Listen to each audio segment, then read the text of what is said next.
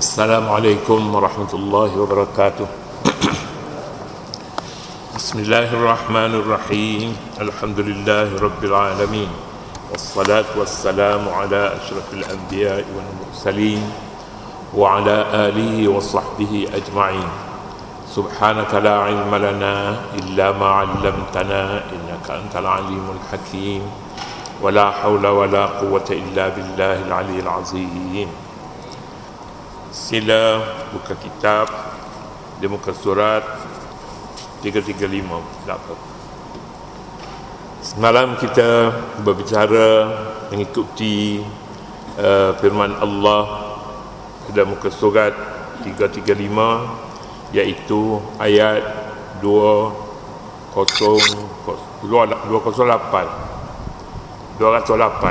ya, iaitu ya ayyuhallazina amanu udkhulu fis silmi kaffatan wa la tattabi'u khutuwatis syaitan innahu lakum aduwwun mubin fa in zalaltum min ba'di ma ja'akumul bayyinat. Kita disuruh supaya masuk Islam semua sekali, seluruh tubuh badan, kaki tangan dari atas ke bawah, ke kiri ke kanan, semuanya ini kita masuk Islam. Jangan kita masuk Islam sebelah kaki, jangan masuk Islam ni sebelah tangan, tangan sebelah lagi di luar, entah apa dibuatnya di luar. Jadi kalau Islam semuanya masuk Islam, rumahnya juga mestinya Islam, jirannya juga seharusnya Islam, tidak mengganggunya, dan seluruh persekitarannya Islam. Di dalam rumahnya Islam bukan saja dia sebagai seorang Muslim, tetapi juga barang-barang yang ada di dalam rumahnya semuanya Muslim. Itulah dia maksud udkhulu fis silmi kafatan, masuklah dalam Islam seluruhnya. Keluarganya Islam, tempat tidurnya Islam, dalam biliknya Islam, barang-barang yang ada di dalam rumahnya semuanya Islam, Islam belaka. Jadi itulah dia ayat menyatakan rumah seorang Muslim diduduki oleh seorang Muslim, seharusnya begitu.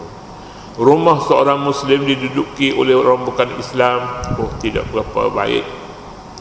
Bukannya tidak suka bergaul, tidak, tetapi pergaulan perlulah dengan yang seumpama dengannya. At-tuyuru ala asbahiha taqa.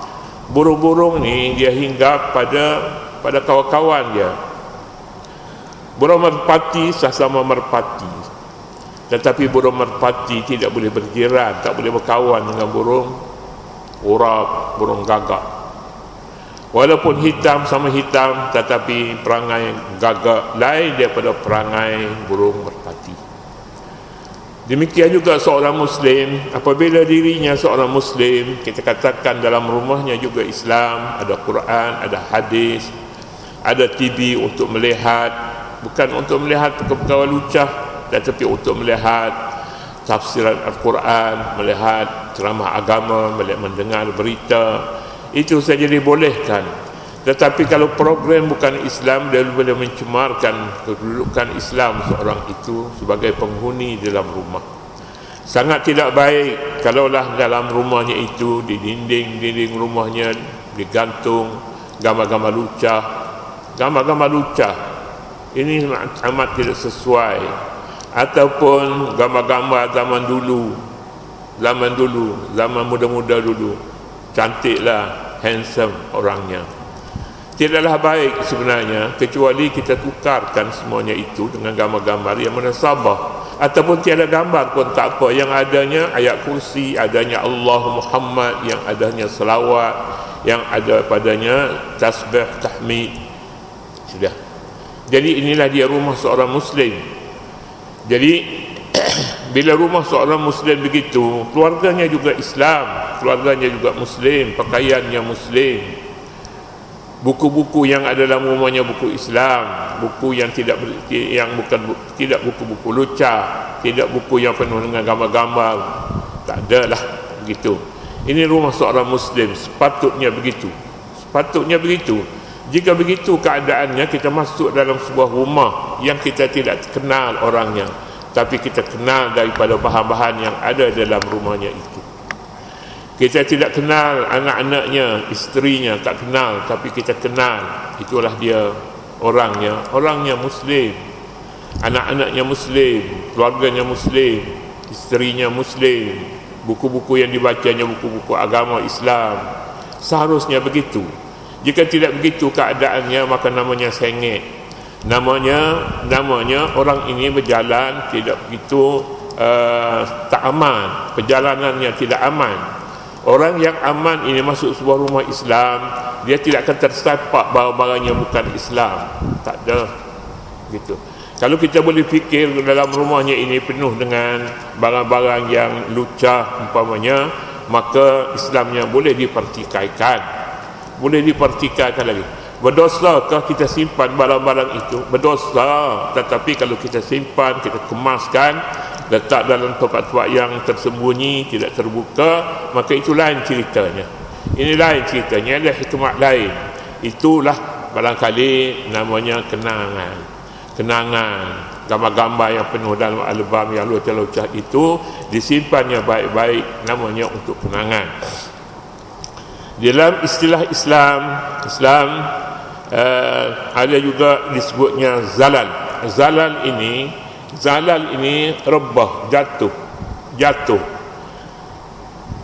Seorang yang Muslim berada dalam sebuah rumahnya tidak ada barang-barang yang berbahaya. Tak adalah barang yang akan terpijak duri, kaca dan sebagainya. Tak ada racun dalam rumahnya. Mengapa? Sebab dia seorang Islam. Barang-barang yang ada di dalamnya semuanya selamat, tidak akan jatuh.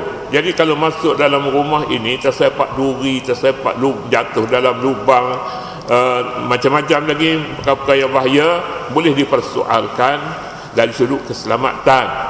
Keselamatan di dunia sama juga dengan keselamatan di akhirat. Semuanya keduanya disebut zalal. Zalal artinya rebah, zalal artinya jatuh, zalal artinya lincir kaki. Itu namanya zalal.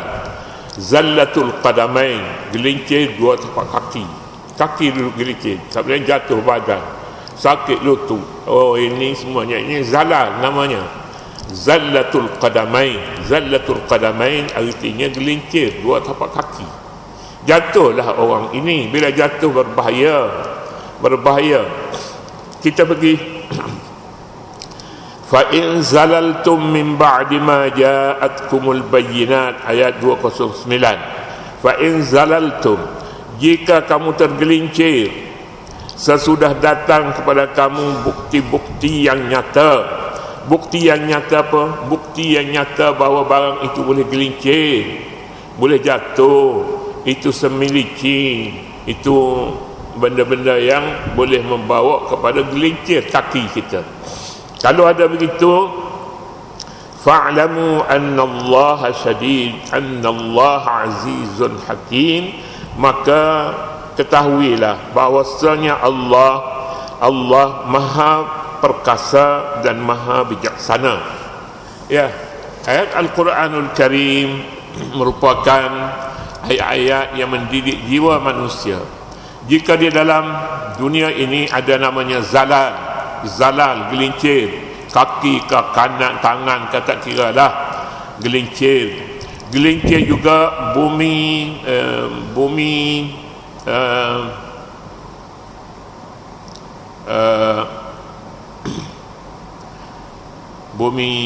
gempa bumi. Itu dia, gempa bumi ini dalam bahasa Arabnya disebut zilzalul ardi, zalzalah, gempa bumi.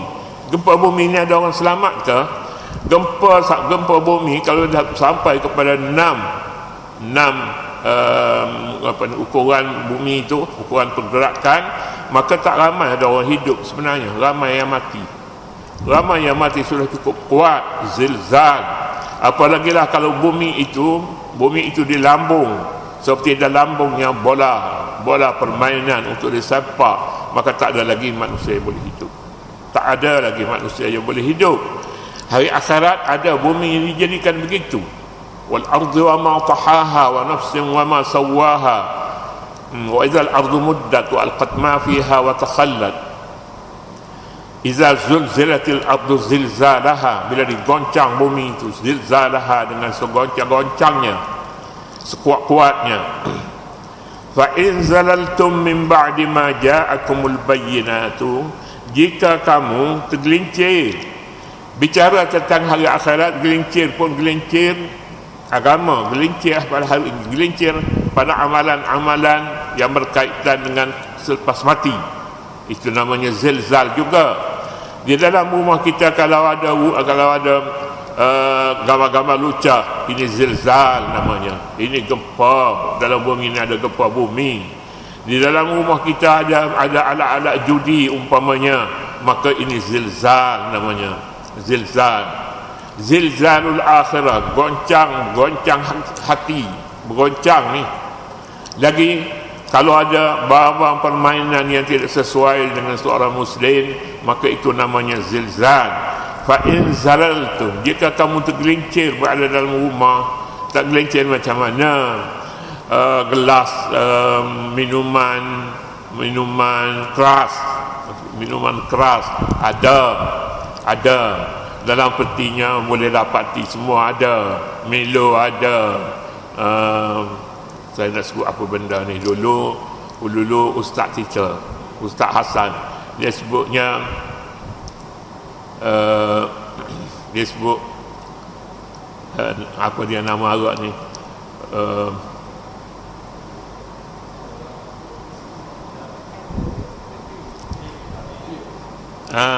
Wendy, bukan ada dua dia disebut, tak ingat dah. Dulu ingat, kat sakit ni banyak perkataan lupa habis. Yang dulunya selalu dia cerita begitu je.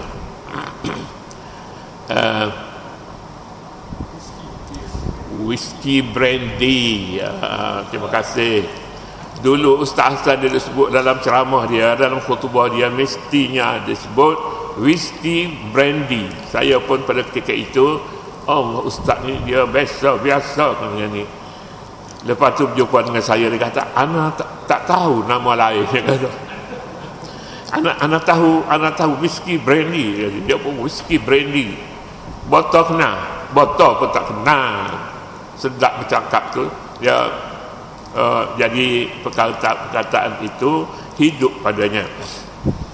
Jadi kalau barang-barang ni ada dalam peti kita, maka maknanya orang yang minum itu sebenarnya tidak masuk Islam sama sekali. Gelas-gelas dia, barang-barang dalam peti ais dia tak masuk Islam lagi. Kalau masuk Islam, dia tukar kepada air mineral water. Jadi sekarang kita sebagai seorang Muslim, tarik Islam semua sekali. Makanan kita, minuman kita, kuih kita, sayur kita, semua sekali masuk Islam. Baju, pakaian kita, semuanya Islam.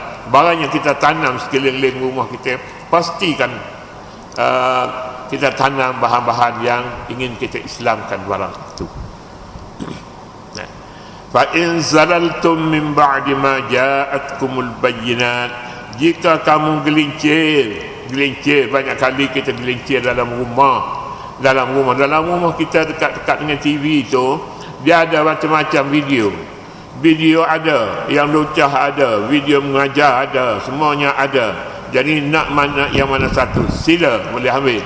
Ini ke rumah seorang Muslim tak ada video, apalagi lah nak tayang, nak tonton video pada masa kita berseorangan di dalam rumah. Tak ada. Dalam rumah tempat tidur tidak ada barang-barang yang seumpama ini. Kita harus ingat, ini adalah perkara yang boleh merosakkan akhir-akhir hayat kita. Awal hayat pun tak patut. Jika ada barang yang seumpama ini, anak kita pun tahu bahawa nak tengok video lecah, ambil bilik babah ada, dia simpan banyak video macam tu. Babah apa ni? Ada. Kita sebagai seorang pendidik dalam rumah, pastikan bahawa itu berfaedah kepada anak-anak kita. Saya pun duduk di sini berjiran dengan satu orang, anak dia tu kawan anak saya. Di tengah-tengah hari dia kata nak tengok video. Nak tengok video, dia tawarkan anak saya, anak saudara sekali tu adalah anak dia sekitar umur 3 tahun. Pergi anak saya pergi, Allah, pelik kata gambar yang tidak pernah dilihat oleh budak-budak saya lah. Saya tak ada video yang tidak lucah pun, tak banyak mana sebenarnya, tak banyak kalau ada pun. Dalam WhatsApp saya tak ada apa-apa yang macam tu. Fa'in zalaltum, jika kamu tergelincir juga, jaga-jaga dalam rumah pun, jatuh tunggal dalam rumah. Kalau jatuh dalam rumah ni besar bahayanya, maknanya dosa dalam rumah. Zalaltum, ini zalal ni menggegar, bukan gegaran bumi, bukan gegaran di dunia, tapi gegaran dalam agama. Gegaran dalam agama. Kalau kamu digegarkan oleh sesuatu dalam rumah, min ba'di ma ja'atkumul bayyinat, selepas datang kepada kamu bayyinat, bukti-bukti yang nyata. Bayyinat daripada hadis, bayyinat daripada Quran. Bayyinat maknanya keterangan yang nyata, keterangan yang nyata di dalam Quran nyata. Hurrimat alaikumul maitatu waddamu wa lahmul khinziri wa ma uhilla li ghairillahi bihi wal munkhaniqatu wal mawqudatu wan natihah wa ma akala sab'u. Ini benda-benda yang dimakan, benda yang dimakan. Nyata juga disebut inamal khamru wal maisiru, judi, wal ansabu, badu nasib, wal azlamu, dan azlam. Huwallazi khalaqalakum ma fil ardi jami'a, Tuhan jadikan kamu yang ada dalam bumi ini untuk kamu semuanya. Tolak yang haram itu, untuk kamu lah pula yang baki itu. Tolak semua yang haram. Innama harrama alaikumul maitatu waddamu. Lain lagi lah pula, ada tinggal lagi benda-benda itu. Hadis pula yang memberitahu kepada kita barang itu barang haram. Ini semuanya bayyinat, keterangan yang terang nyata.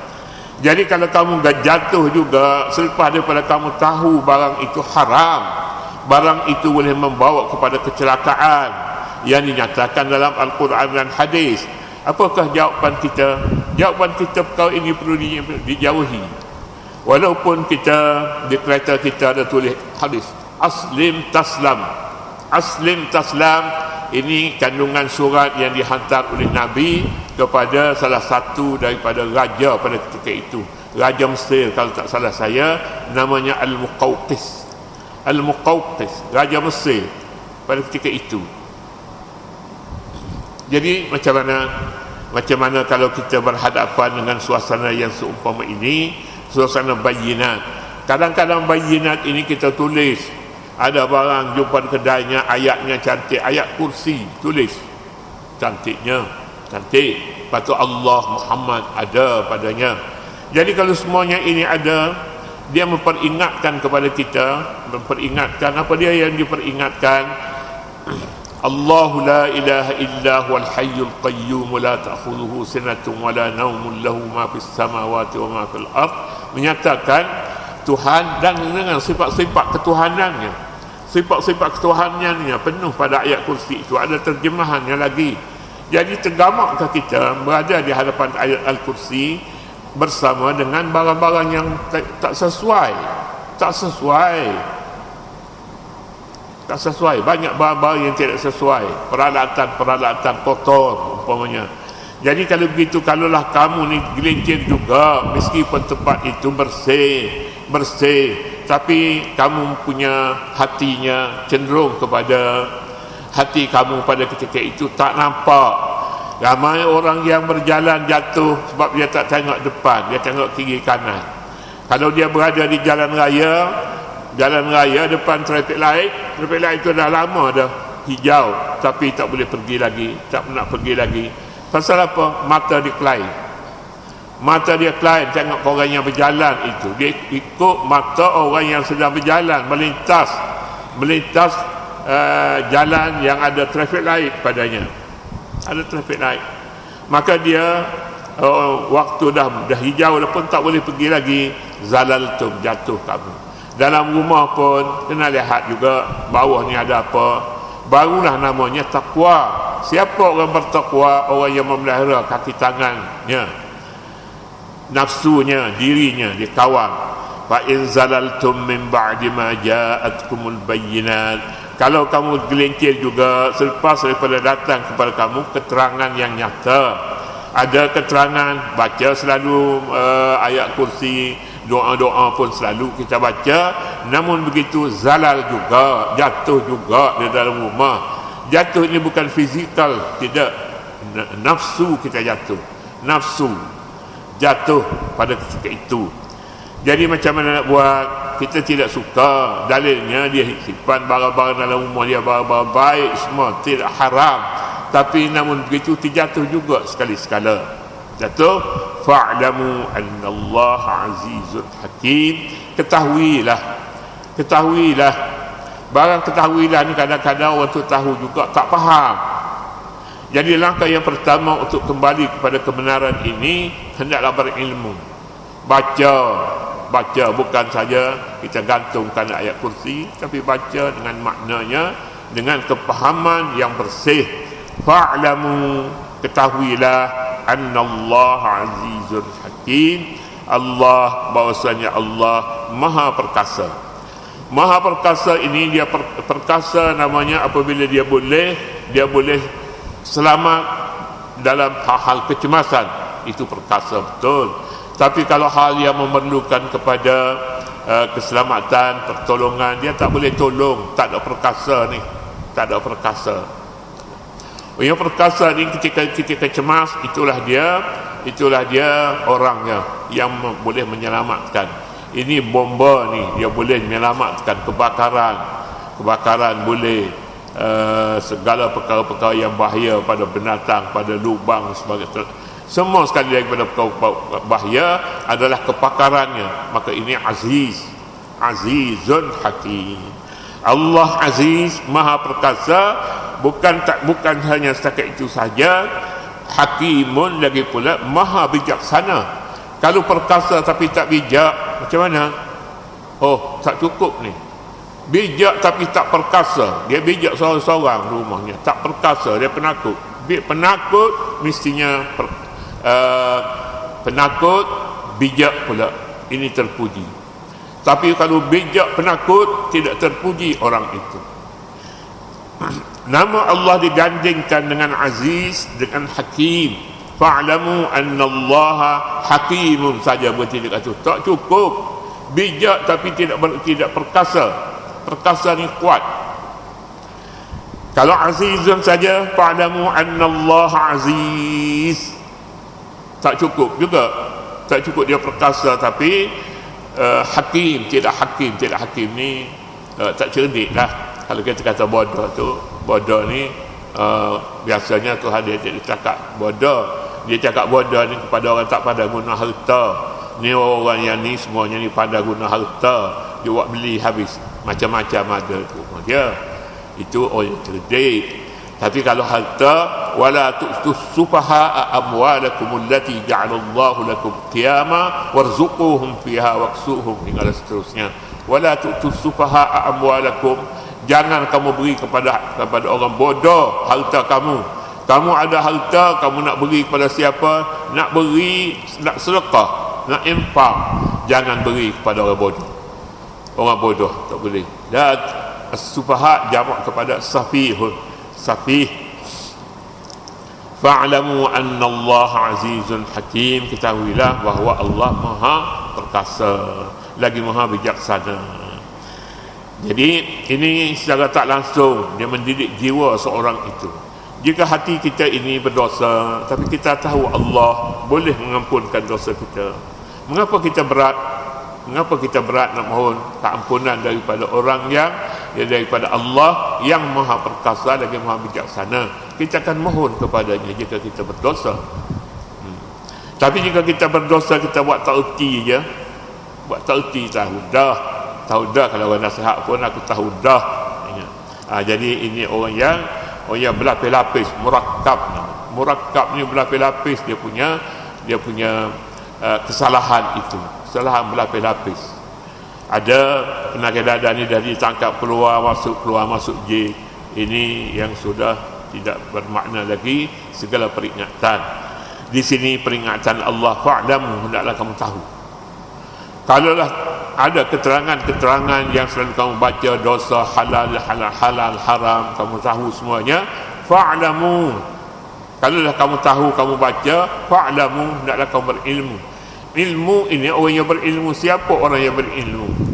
Kita lihat di dunia ini, orang pakai orang yang berilmu itu dia banyak menulis, banyak mengarang, maka dia berilmu lah. Dalam Islam tidak. Berilmu ini orang yang tahu dan beramal dengan ilmunya, maka itu fa'lamu. Fa'lamu, maka tingkatkan ilmu kamu. Innallaha azizun hakim, Allah maha kuasa lagi maha bijaksana. Katalah dulu peringatan kita pada pagi ini menerusi ayat ini. Mudah-mudahan berfaedah kepada kita apabila kita membuat suatu semakan muhasabah. Kita buat semakan diri kita selepas daripada balik daripada Mekah, dan ketika berada di rumah tak pergi ke Mekah pun tak kira masalah, bukan masalah Mekah Madinah. Yang balik, yang tak tahu, yang penuh dengan barang-barang kotor ini, semua orang balik Mekah, kata balik Mekah ke haji 10 tahun dulu ke, ataupun 2 tahun, setahun lepas ke misalnya, kadang-kadang tu balik daripada Mekah pun ada bawa balik. Moga